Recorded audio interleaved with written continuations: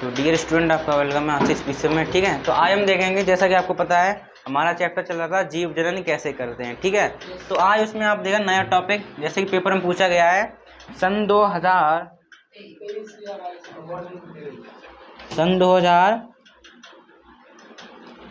पूछा गया है एक लिंगी और उभयलिंगी पुष्प किसे कहते हैं। ठीक है, तो हम पहले देखते हैं क्या एक लिंगी पुष्प। ठीक है, तो हेडिंग लगाएं पहले, एक लिंगी पुष्प क्या होता है।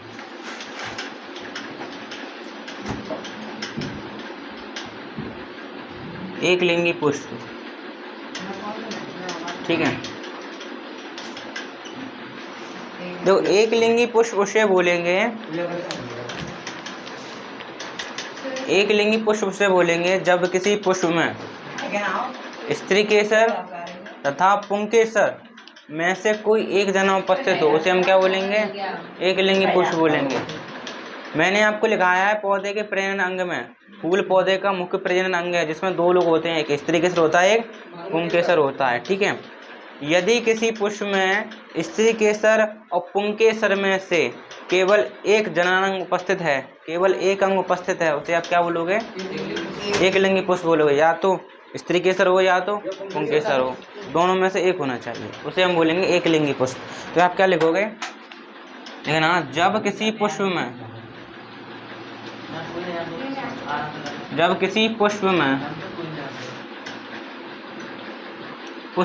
स्त्री केसर तथा पुंकेसर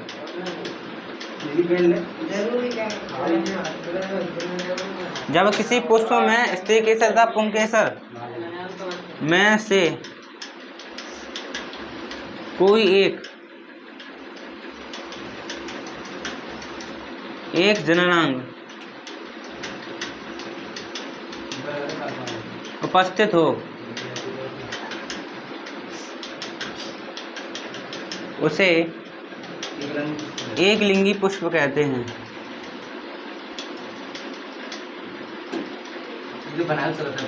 हाँ, नाम में छुपा एक लिंगी यानी एक जना होना चाहिए, एक लिंगी पुष्प कहते हैं। ठीक है, उदाहरण के लिए आपका हो गया पपीता और आपका हो गया तरबूज, ETC इत्यादि। ठीक है, तो ये आ गया आपके एक लिंगी पुष्प। ठीक है, और इसी के साथ एक और है आपका उभयलिंगी पुष्प।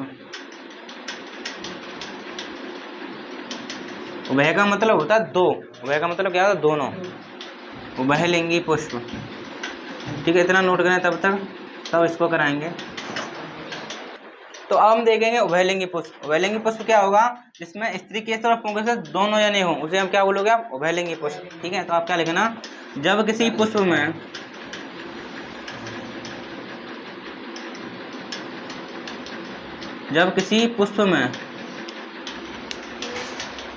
पुष्प में स्त्री केसर तथा पुंकेसर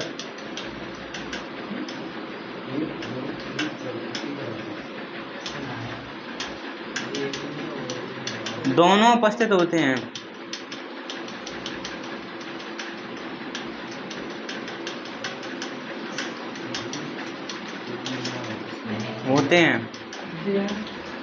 तो उसे हम क्या कहेंगे, तो वह उभयलिंगी पुष्प कहलाता है। उभयलिंगी पुष्प कहलाता है। ठीक है, क्या कहलाता है आपका, उभयलिंगी पुष्प कहलाता है। उदाहरण के तौर पर,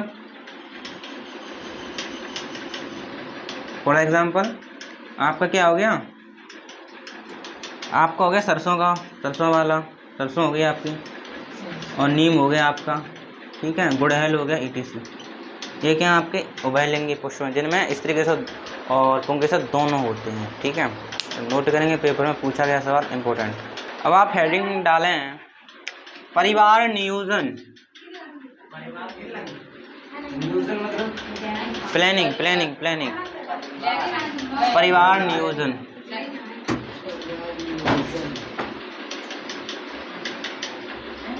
means family planning. Family planning. परिवार नियोजन means family planning. Family planning. Family planning.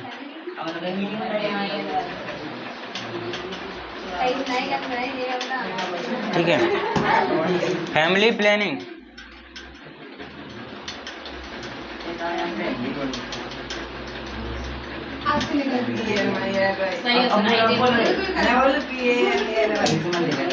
Family planning सुनिए, चलो प्लानिंग करते हैं, उसके प्रति प्लानिंग करते हैं, उसके विरुद्ध। ठीक है, फैमिली प्लानिंग। देखो, परिवार नियोजन मतलब फैमिली प्लानिंग क्या होता है। देखो, फैमिली प्लानिंग मतलब ये है,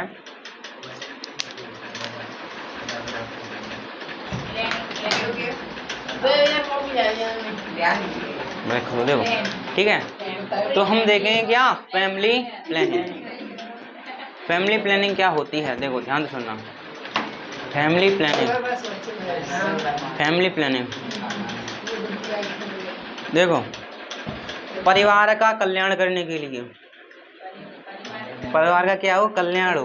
देखो, तो परिवार का कल्याण करने के लिए, देखो सीधी सी बात है, छोटा परिवार सुखी परिवार। ठीक है, जितना छोटा परिवार होगा उतना ही वह सुखी होगा। अगर किसी फैमिली में ज़्यादा यूनिट हैं तो कमाने वाला तो एक ही होगा, तो उसमें उनका रहन सहन, शिक्षा वगैरह वगैरह, पहनावा, रहन सहन सब इतना एक आदमी इतना मैनेज नहीं कर पाता है। तो परिवार नियोजन एक विधि है जिसमें किसी फैमिली में जो संतान है उनकी संख्या कम होनी चाहिए, उसे बोलते हैं परिवार नियोजन। अगर सभी फैमिली प्लानिंग करके चलेंगे कि हमारे परिवार में इतने सदस्य होने चाहिए तो वो ठीक है। ठीक है, तो परिवार नियोजन इसे बोलते हैं, परिवार कल्याण के लिए बच्चों की संख्या सीमित रखें। ठीक है, इसे क्या बोलते हैं, परिवार नियोजन बोलते हैं। ठीक है, तो परिवार कल्याण हेतु बच्चों की संख्या सीमित कर क्या करें, बच्चों की संख्या सीमित रखें। ठीक है, रखें। और परिवार को नियोजित करने की प्रक्रिया क्या कहलाएगी, आपकी परिवार नियोजन कहलाएगी। मतलब प्लानिंग करके चलें अपने एक घर में हमें कितने सदस्य रखने हैं, कितने नहीं रखने हैं। ठीक है, छोटा परिवार सुखी परिवार, बच्चे दो ही अच्छे। ठीक है, ये नारा लगाता। ठीक है, तो आप क्या लिखोगे, आप लिखना, पेपर में पूछा गया इम्पोर्टेंट। अब परिवार नियोजन क्यों इम्पोर्टेंट है, क्यों इसलिए इम्पोर्टेंट है क्योंकि जनसंख्या में लगातार वृद्धि होती जा रही है। मान लीजिए पहले कोई किसान था, उसके पास 15 बीघा ज़मीन थी, वह अकेला था, तो मान लीजिए उसके 2 पुत्र हुए। ठीक है, 20 बीघा ज़मीन मान लो। ठीक है, तो 20 बीघा ज़मीन मान लो, उसके एक किसान था, उसके पास 20 बीघा ज़मीन थी। जब उसकी शादी हुई तो उसके 2 बालक थे, तो 10-10 बीघा हो गई। अब एक बालक बचा, उसके भी 2 संतान, ज़्यादा होते गए, कुल मिला के एक ही ज़मीन थी और यूनिट बहुत सारे हो गए। ज़मीन तो उतनी है, जनसंख्या बढ़ती जा रही है, समझ रहे हो, ज़मीन उतनी है, जनसंख्या बढ़ती जा रही है, खाने के लिए वस्तु कहाँ से लेकर आओगे। तो कहने का मतलब यही है। ठीक है, तो आप क्या लिखोगे,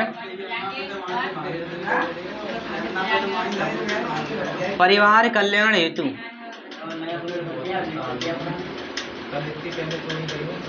परिवार कल्याण हेतु, वाह वाह वाह, परिवार कल्याण हेतु बच्चों की संख्या सीमित कर, बच्चों की संख्या सीमित कर,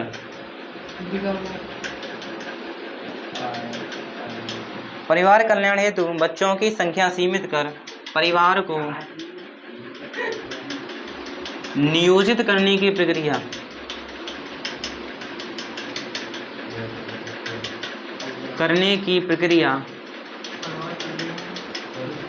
परिवार नियोजन कहलाती है।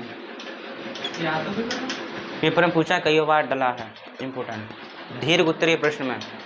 तो परिवार कल्याण हेतु बच्चों की संख्या सीमित कर परिवार को नियोजित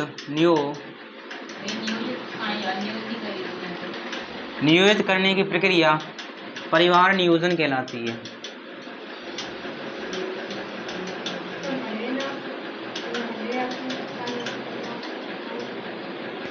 ठीक है। तो परिवार कल्याण हेतु बच्चों की संख्या सीमित कर परिवार को नियोजित करने की प्रक्रिया परिवार नियोजन कहलाती है, यानी फैमिली प्लानिंग कहलाती है। ठीक है, ऐसे भी बनाता है, इसके ऊपर निबंध भी आया है। ये परिवार नियोजन पर बढ़ती जनसंख्या को रोकने के लिए क्या करना चाहिए, तो फैमिली प्लानिंग करें, परिवार नियोजन करें। ठीक है, ठीक है। हाँ, आवश्यकता क्या है इसकी, आवश्यकता, ठीक है, नीड क्यों है हमें परिवार नियोजन की, फैमिली प्लानिंग की आवश्यकता क्यों है। देखो ध्यान सुने, जब हमारी इंडिया, जो हमारा भारत आज़ाद हुआ था, तो आज़ादी के समय भारत की जनसंख्या 35 करोड़ थी। कितनी थी? 35 करोड़ थी। अब की जनगणना के अनुसार देखें, करीब 130 करोड़ से अधिक है, 140 समथिंग हो गई है, 140 करोड़। ठीक है, तो कितनी थी? मात्र 35 करोड़। अब कितनी हो गई? 140 करोड़ बता रहे हैं जैसा कि। ठीक है, और एक 2011 की जनगणना का डाटा देखें तो वो बताती है 126 करोड़ से अधिक थी जनसंख्या 2011 की जनगणना के। अब तो खैर ज़्यादा ही हो गई है, 130, 35, 36 करोड़ हो गई है। ठीक है, तो देख लो जनसंख्या कितनी बढ़ रही है। तो जनसंख्या को रोकने के लिए परिवार नियोजन एक मुख्य विधि है, समझ रहे हो। ठीक है, तो आप क्या लिखना, आवश्यकता इसकी क्यों, 2 आवश्यकता लिख रहे हैं। ठीक है, इंपॉर्टेंट वही वाली। ठीक है, जनसंख्या आवश्यकता क्यों, जनसंख्या को रोकने के लिए, जनसंख्या लिख लिया था जल्दी, जनसंख्या वृद्धि को रोकने के लिए, रोकने के लिए। ठीक है, आवश्यक क्यों है, आवश्यकता क्यों है, जनसंख्या वृद्धि को रोकने के लिए आवश्यक है। ठीक है, और जो परिवार नियोजन है इसका मुख्य उद्देश्य है जन्म दर संख्या को कम करना, बर्थ रेट, मतलब जितने जन्म ले रहे हैं उनको कम करना। कम जन्म लेंगे तो जनसंख्या कम होगी, सीधी सी बात है। जिस परिवार में कम बच्चे होंगे वह परिवार उतना ही सुखी होगा, समझ रहे हो। ठीक है, तो जनसंख्या वृद्धि को रोकने के लिए आवश्यक है। और क्यों, इसी का, इसका मुख्य उद्देश्य किसका, परिवार का, इसका मुख्य उद्देश्य, ठीक है, इसका मुख्य उद्देश्य क्या है, इसका मुख्य उद्देश्य जन्म दर को कम करना है, कम करना है। ठीक है, जन्म दर को कम करना है, किसका काम, परिवार नियोजन का काम। ये इसके लिए नीड है। आप इसको बढ़ा करके भी लिख सकते हो कि आज़ादी के समय हमारी जनसंख्या 35 करोड़ थी, अब इतनी हो गई है। और जनसंख्या पे हम लगाम नहीं लगाएंगे तो जनसंख्या विस्फोट हो जाएगा, जगह उतनी ही है, आदमी बढ़ते हुए जा रहे हैं, तो खाने के लिए क्या लाओगे, समझ रहे हो। ठीक है, ये आवश्यकता हो गई। अब इसको रोकें कैसे, तो इसको रोकने के 2 उपाय हैं, परिवार नियोजन। ठीक है, तो बढ़ती जनसंख्या बढ़ रही है, वृद्धि को रोकने के लिए 2 उपाय हैं। ठीक है, आप लिखना उपाय। ठीक है, आप लिखना इसे रोकने की 2 विधियां हैं, रोकने की 2 विधियां हैं। ठीक है, जो जनसंख्या में वृद्धि हो रही है इसे रोकने की कितनी विधियां हैं, 2 विधियां हैं। ठीक है, तो आपकी पहली विधि है अस्थायी विधि, अस्थायी, हाँ 2 मेथड हैं इसको रोकने के। एक अस्थायी विधि यानी टेम्परेरी मेथड, मतलब टेम्परेरी काम चलाऊ, ये कभी भी टूट सकता है, अस्थायी विधि। ठीक है, एक है स्थायी विधि, मतलब पक्का काम है, ये करवा लो, स्थायी विधि वाला बंदोबस्त, काम ही खत्म, जनसंख्या बढ़ेगी ही नहीं। स्थायी विधि, ठीक है, स्थायी विधि यानी एक टेम्परेरी मेथड, एक है परमानेंट मेथड। ठीक है, एक टेम्परेरी है, एक परमानेंट है। हाँ,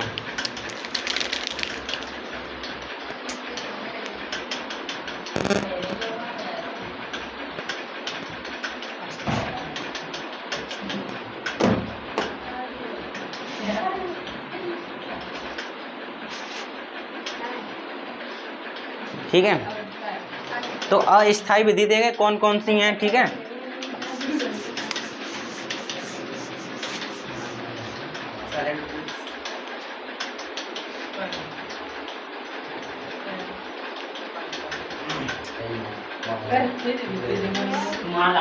देखें अस्थायी विधि देखें, ठीक है।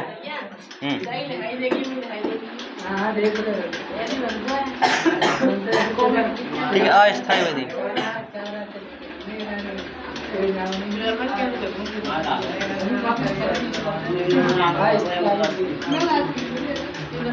ठीक है, देखो अस्थायी विधि यानी टेम्परेरी मेथड, तो उसमें पहला है सेल्फ कंट्रोल यानी आत्म संयम। अपने ऊपर इतना सेल्फ कंट्रोल रखे हैं बच्चे, दो ही अच्छे, ठीक है। सेल्फ कंट्रोल यानी आत्म संयम, आत्म संयम, ठीक है, यानी सेल्फ कंट्रोल यानी खुद के ऊपर नियंत्रित रखें, सेल्फ कंट्रोल, ठीक है। तो अस्थायी विधि कौन सी है, मतलब अस्थायी तो कभी टूट सकती है, टेम्परेरी है, ठीक है, ये आपके ऊपर निर्भर करती है। आत्म संयम, ठीक है। बी है लूप, क्या है, लूप। बी क्या है आपका, लूप, इसका प्रयोग लेडी करती है, ठीक है। और सी है आपका क्या, निरोध, क्या है, निरोध, इसका प्रयोग पुरुष करते हैं, ठीक है, निरोध, निरोध। और डी है आपका अबॉर्शन, सुना, अबॉर्शन, गर्भ समापन, गर्भ समापन। बहुत सारी लिख दी है मैंने, आप 2 या 3 याद करना कम हो जाएगा। गर्भ समापन, समापन, इसको बोलते हैं अबॉर्शन, ठीक है, गर्भ समापन, अबॉर्शन। ये अस्थायी विधि है, ठीक है। एक और लिख लें, ठीक है, 5 लिख देना, आप कौन सी भी ध्यान रख लें, ठीक है, ABCDE, ठीक है। और लास्ट है आपकी गर्भ निरोधक गोलियां, गर्भ निरोधक दवाइयां, ठीक है, गर्भ निरोधक दवाई, ठीक है। तो ये आपके 5 अस्थायी विधि में लिखे हमने, ठीक है।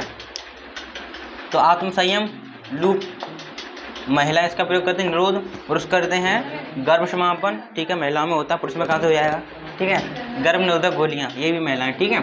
और दूसरी है आपकी क्या, स्थायी विधि, परमानेंट काम, इसका भरोसा नहीं, इसका भरोसा है, स्थायी विधि, ठीक है, स्थायी विधि, परमानेंट मेथड, ठीक है।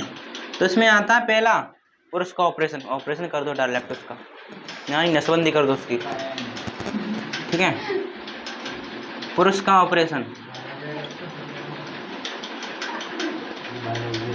ठीक है। तो पुरुष का ऑपरेशन, इसमें सिंपल सा ऑपरेशन होता है। इसमें क्या होता है, जो पुरुष की शुक्र नलिका होती है उसका ऑपरेशन होता है, कहने का मतलब उसको काट के वहीं के वहीं बांध देते हैं, ठीक है। तो पुरुष का ऑपरेशन जैसे हम क्या बोलते हैं, वैसेक्टोमी, क्या बोलते हैं, वैसेक्टोमी, वैसेक्टोमी, ठीक है, पुरुष का ऑपरेशन यानी वैसेक्टोमी। अब बी है आपका महिला का ऑपरेशन, उनका भी ऑपरेशन कर दो, ठीक है, परमानेंट विधि है, महिला का ऑपरेशन,